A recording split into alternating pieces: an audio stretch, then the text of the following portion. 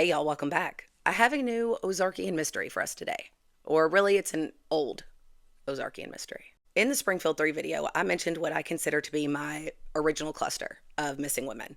These are the women that quite literally changed my life. After I worked on the Wendyville story and, the cannibals and the freezer thing, ugh, I hate even thinking about it.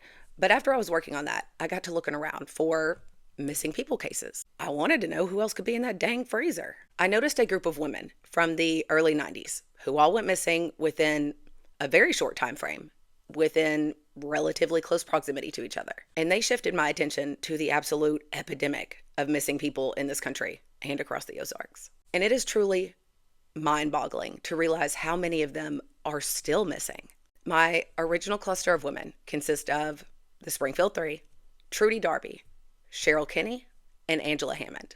Obviously, we have already talked about the Springfield 3, so today we're going to talk about Trudy Darby. Now, I am not sure what was going on in the 90s, but I do know that there was a steep rise in the number of missing people. And in only the first 4 months of 1991, 3 Missouri women went missing back to back. Trudy Darby in January, Cheryl Kinney in February, and Angela Hammond in April. Trudy Darby was obviously the first, so we're going to start with her. On January 19th, 1991, Trudy Darby was working at a convenience store in Mack's Creek.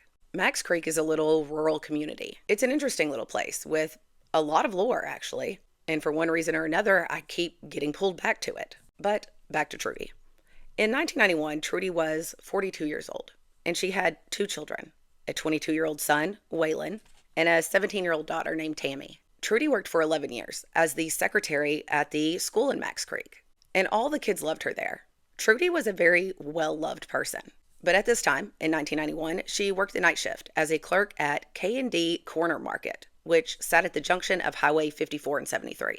This little convenience store was a little closer to Branch than it was to Mack's Creek, and Branch is also where Trudy lived, so she lived very close to the store. At 10 p.m., right as the store should have been closing, Trudy called home and spoke to her son.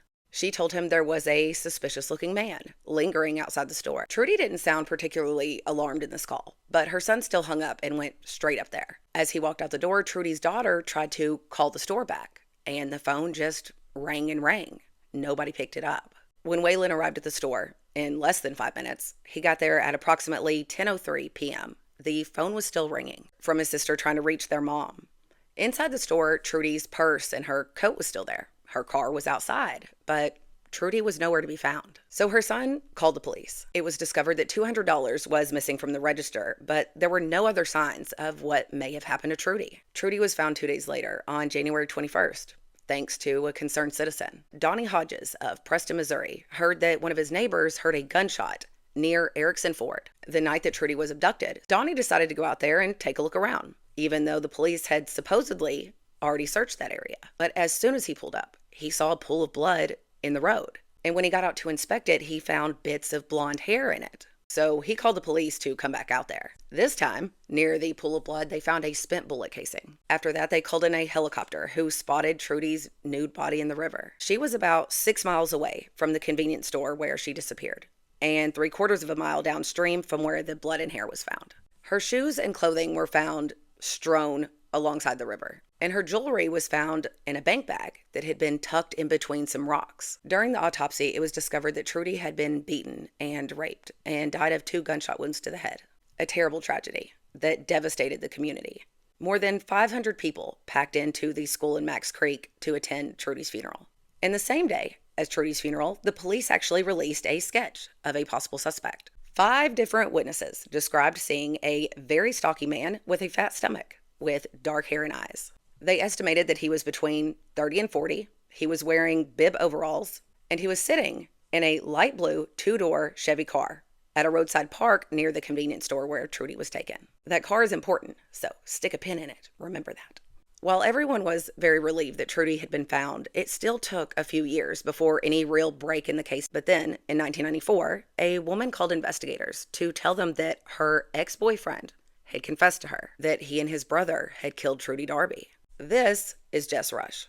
He was only 15 years old when Trudy was abducted, but his older half-brother, Marvin Cheney, was 29. At the time, they lived in Mack's Creek. And I spoke to somebody who remembered the brothers from back then, and he claimed they were always rough around the edges. But it appears in 1992 that something happened, and Jess was sent to live with his uncle in Martin City, a little outside Kansas City. Actually, I think it might be in Kansas City, or like the suburbs of Kansas City.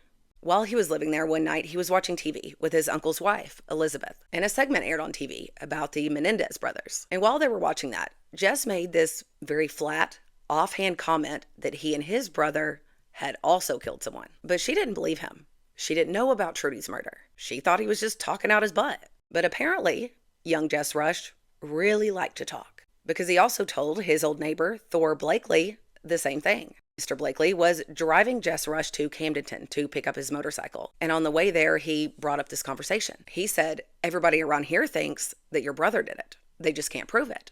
And Jess turned around and said, "Well, I can." Then he admitted to him that he and his brother, Marvin, along with a third man named John, had kidnapped and murdered Trudy Darby. Jess claimed he sat in the car while Marvin went inside, dragged Trudy out, put her in the trunk of the car, and, quote, when they got through with her, they took her to the river to get rid of her, and then went back later on and burned the barn where they had taken her. Jess Rush also told this to his ex-girlfriend, the one that ultimately called the police. He even described the murder weapon to her and told her about Trudy's rings that he'd hidden in between the rocks. But still nothing happened with this case until October of 1994, when Jess was arrested on theft charges and taken to the Eldon City Jail. Now, at this time, his brother Marvin was already locked up. He'd been in the Camden County Jail since July 1994 on charges of felony child abuse and cruel and inhumane treatment of a child. By this time, Jess Rush was 20 years old, and Marvin was 34. And I guess since both the brothers were in jail at this point, the investigators decided to take the opportunity to question them. And good thing they did, because it didn't take long for Jess Rush to crack. He provided them with a detailed confession and also implicated his brother Marvin and a third man. The court records show that the night of January 19th, 1991, Trudy was abducted by at least 3 armed men. They robbed the store and dragged her out, put her in the trunk of their car, and they took her to a barn where she was beaten and raped. And then they shot her in the head. Afterwards, they put her back into the trunk of that car and drove to the river. But when they got there and opened up the trunk to pull her out, they realized that Trudy was still alive. So they shot her again before throwing her into the river. But it was actually that second shot that left that pool of blood that Donnie found, the pool of blood that led to her discovery. So in a way, it was Trudy's own fighting spirit that helped solve her own murder. And even during his incarceration, Jess Rush just couldn't quit talking. While awaiting trial, he got pretty chatty with his cellmates.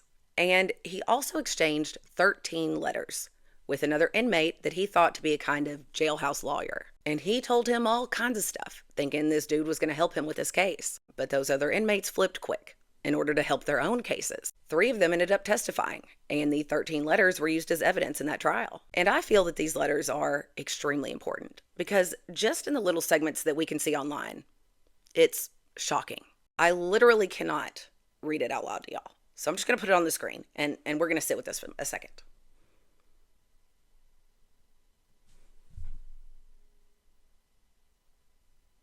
I told y'all it was bad. But as we can see, Jess Rush openly discussed what they did to Trudy. And he also names a lot of names in here and implies that they committed other murders. Like this line, "I'm glad they don't know everything we did or I'd be on death row." And then there's this sentence, "I never told you about them other bitches, ... Obviously, Jess Rush and Marvin Chaney were convicted of the kidnapping and murder of Trudy Darby. And they were both sentenced to life without parole. And Marvin did pass away in prison. He died in 2017 at the age of 56. But in September of 2022, Jess Rush was released. His release was due to a technicality. In 2012, the Missouri Supreme Court banned life without parole sentences for juveniles. And Jess Rush was only 15 at the time. So he ended up getting out, even though he should have been thrown under the jail. However, he was back in jail just a year later. In October 2023, he was pulled over in Bolivar, where he was living at the time. He paroled there because apparently Jess Rush got married while he was in prison. Who married Jess Rush in prison? And why would you do that, girl? You were in danger. But lucky for her, and lucky for everyone probably, Jess was arrested for a parole violation for possessing firearms. And he went right back to the slammer, where he belongs. I believe he is still there right now, actually. I'm going to check that. Yeah, he is. When it comes to Trudy's case, we know what happened to her, and we know who did it. But what gets me about Jess Rush and Marvin Chaney is that we know that Trudy Darby was not their only victim. Jess Rush even openly talked about these other women in those letters. They also talked about their accomplices, which were never charged with anything. That is very confusing to me because we can tell just in those little snippets that he gave details, which means that those letters likely hold very valuable clues, very valuable information about who those other victims may have been, who the other women are who suffered at the hands of Jess Rush and Marvin Chaney. So we are going to get those letters. I sent out a record request for them, and we should be getting them within the next 30 days. Fingers freaking crossed. And I promise as soon as I get them, y'all will know about it. I have a list of 6 women that I consider very real possibilities. Cheryl Kinney, which is the one I'm most convinced about. Angela Hammond, Diana Brongard, and then even some older ones. Shirley Jane Rose, Tina Sue Spencer, and another woman named Cheryl. I don't have her last name written here. I do know it.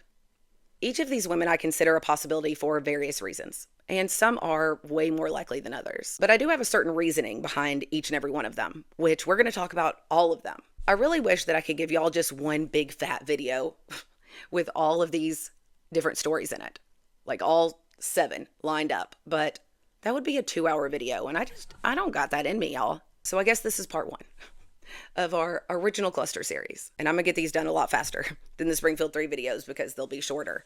But within a couple of days, I will bring y'all the video about Cheryl Kinney. Then we'll do Angela Hammond. Then we'll do Shirley and Tina, probably at the same time. And then the second Cheryl. And then by then, maybe, fingers crossed, we will have those jailhouse letters. It eats me alive. Like, I can't express this enough how much it eats me alive. The idea of these women just out there, alone, still waiting to be found. After all of this time, I can't imagine the weight of a lost mother. Not just to actually lose your mother, like she passed away. That's obviously terrible on its own. But the not knowing, the never receiving their body and being able to lay them to rest. It's cruel. It's inhumane. And I'm not having it. Nope, not having it. So if there's a way to figure it out, we're going to figure it out, folks. So get y'all's detective hats ready because we're going to try to narrow that down. So y'all check back soon. I should have part 2 up. And if you like this video, please like and subscribe and do all the YouTube things. I missed y'all.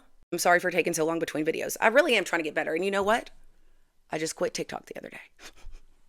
Y'all are my #1 platform now.